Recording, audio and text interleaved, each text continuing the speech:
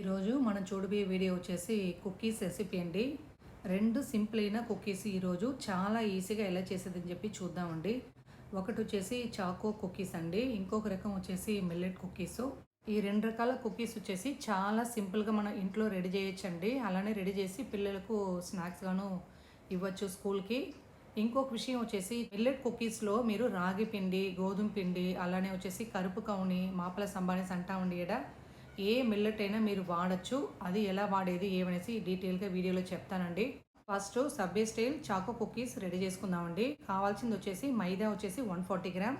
డిస్క్రిప్షన్లోనూ measurement ఇస్తానండి, ఒకసారి మీరు చెక్ చేసుకొని మీరు చేసి చూడండి ఈ కుకీస్ని.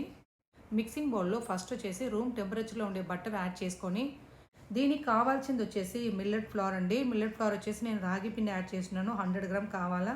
గీ లేదంటే ఆయిల్ మీరు ఏది యూజ్ చేస్తారో దాన్ని లైట్గా మీరు హీట్ చేసుకొని యాడ్ చేసుకోండి. Full video link channel name కింద ఉందండి.